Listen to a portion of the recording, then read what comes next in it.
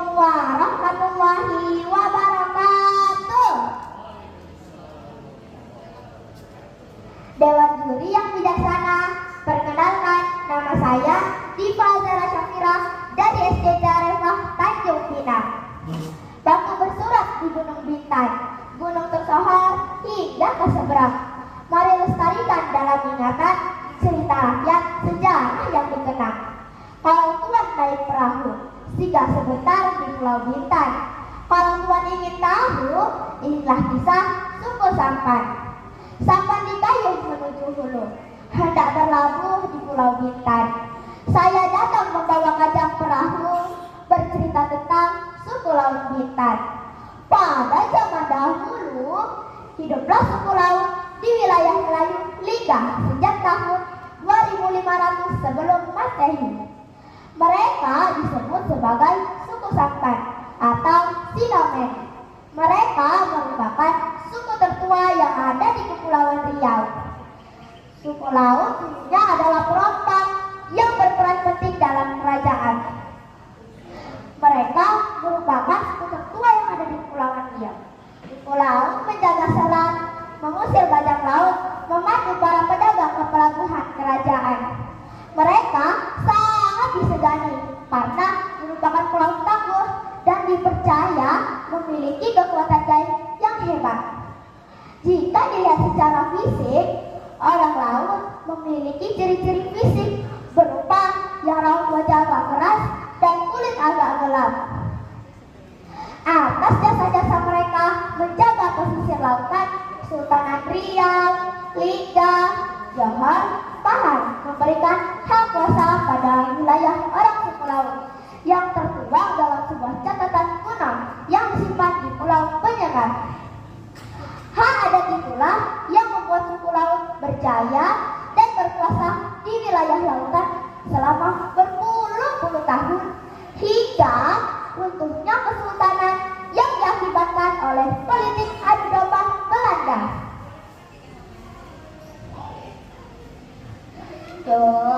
Dari tadi Kucuk selalu saja menyebut suku laut dan suku laut lagi.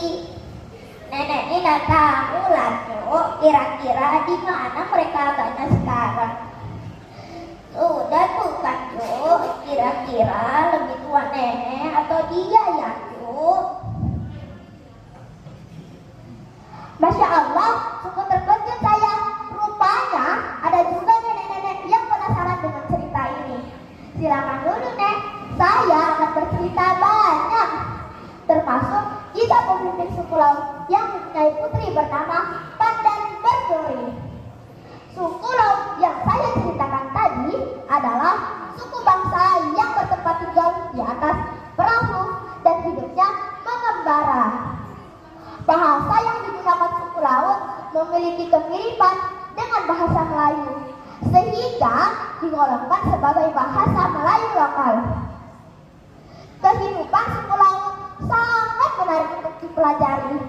Sebagai bangsa Melayu sebagai suku pengembara, mereka memiliki sifat hidup yang berbeda dengan suku lainnya yang tinggal di darat.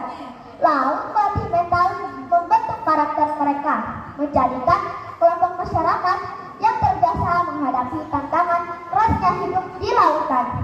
Mereka sangat ahli membaca tanda-tanda alam. Mereka mengetahui angin berdasarkan arah mata angin. Jika angin bertiup sangat kencang dan kuat, mereka tidak turun ke laut lepas. Mereka lebih memilih menepi di pinggir pantai atau singgah sebentar di pulau terdekat.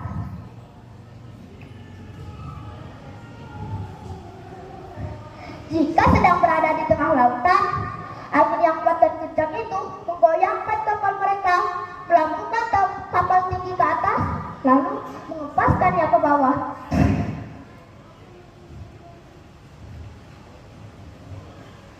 Allahu Akbar, Allahu Akbar, Allahu Akbar. Sungguh besar kuasa Allah. Masya Allah. Masyarakat suku laut kini memiliki beberapa pola hidup.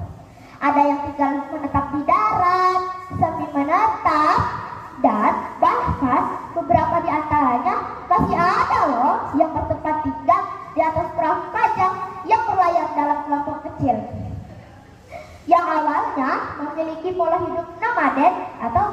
berpindah tempat di wilayah lautan menjadi masyarakat lokal pesisir dan hidup menetap. Sampan adalah simbol identitas masyarakat suku laut. Tetapi tidak semua suku laut bisa membuatnya. Sampan terbuat dari kayu meranti. Bahkan sebelum mengenal paku, suku laut membuat sampan menggunakan pasang yang terbuat dari kayu, berfungsi untuk menghubungkan satu papan dengan papan lainnya hingga membentuk perahu. Kajang merupakan sejenis atap yang dipasang di atas perahu yang berfungsi untuk melindungi dari panas dan hujan. Tetapi kajang ini tidak mampu menjadi pelindung dari angin, badai, gelombang kuat yang menghantam perahu. Perahu menjadi rumah bagi masyarakat suku laut saat mengembara mengelilingi lautan. Biasanya dalam satu perahu kajang diisi oleh satu keluarga. Kajang terbuat dari daun nipah yang dianyam menggunakan rotan dan tulang pelepah. Daun kelapa yang sudah kering. Terlebih dahulu, daun dipanaskan di atas api agar layu. Setelah layu, daun akan dipanaskan dijemur di bawah sinar matahari agar lebih kuat. Setelah kering, daun akan dianyam menggunakan rotan dan tulang pelepah. Daun kelapa yang sudah kering berfungsi sebagai bingkai atau kerangka, menjadikan sebuah kajang yang kokoh dan kuat. Tahap akhir pembuatan sampan kajang adalah membuat dayung. Sampan dilengkapi dengan lantai dan tempat memasak. Di bagian dalam sampan dibuat bertingkat 2. Bagian bawah adalah tempat perbekalan dan barang-barang. Bagian atas adalah tempat keluarga berkumpul, makan, tidur. Tempat memasak disediakan di dekat guritan yang diberikan lantai khusus menggunakan tanah liat yang disusun dan diratakan menggunakan batu bata untuk pukul. Sampan kajang ini biasanya berukuran 8 meter.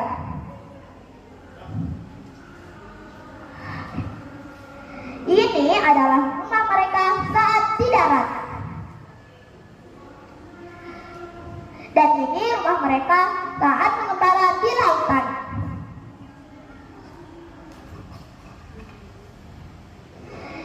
Ini adalah alat-alat mereka untuk memancing ikan, serta tak lupa dayung untuk menggerakkan sampan. Ketika musim angin utara tiba, suku laut akan berlabuh di darat selama 3 bulan. Mereka akan memanfaatkan waktu itu untuk mencari kayu meranti, membuat atau memperbaiki sampan. Sampan yang dipakai selama 3-4 bulan secara terus-menerus perlu dinaikkan ke darat, dijemur di bawah sinar matahari, dan ditambal pada bagian yang bocor.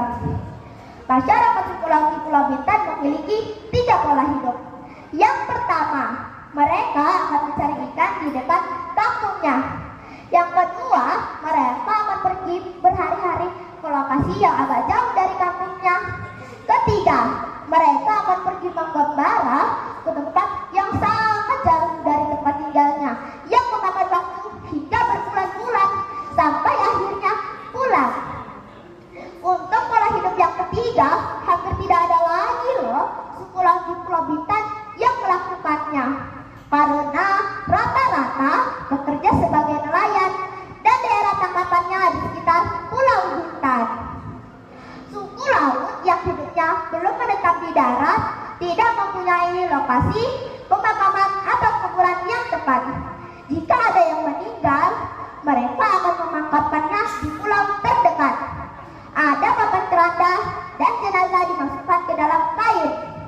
Cara pemakaman ini adalah cara Islam, walaupun dulu suku laut tidak mempunyai agama. Bedanya adalah tidak ada doa dan sholat jenazah.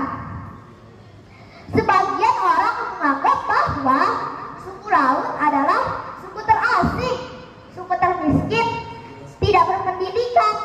Pola pola hidup tidak bersih, menakutkan karena dipercaya masih mempraktekkan ilmu gaib, terbelakang serta tertinggal oleh suku lainnya yang ada di Kepulauan Riau.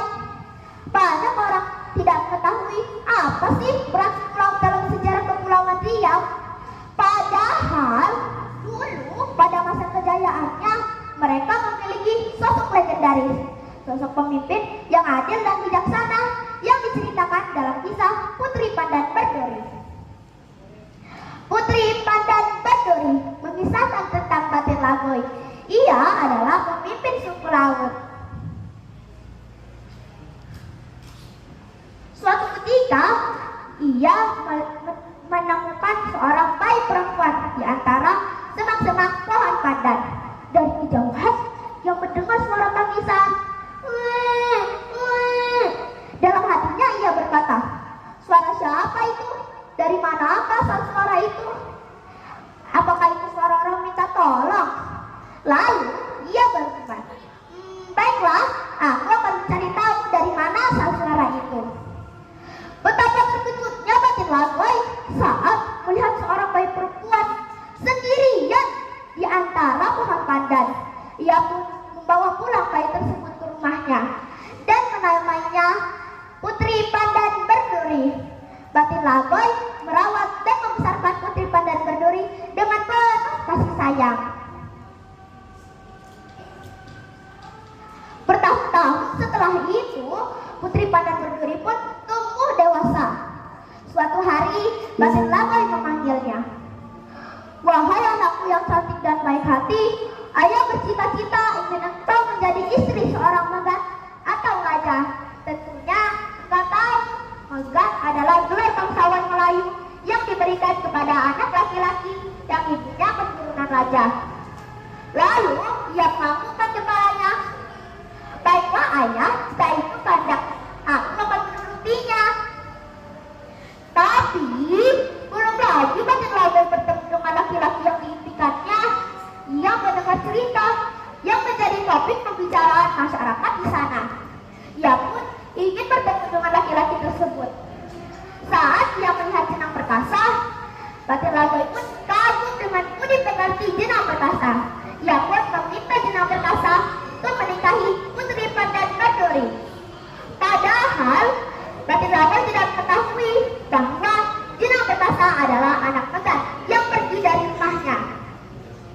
Akhirnya jenang perkasa dan Putri Pandan Berduri pun menikah dan mempunyai 3 orang anak. Tak lama setelah menikah, Batin Lagoy mengangkat jenang perkasa sebagai Batin atau pemimpin suku laut di Pulau Bintan.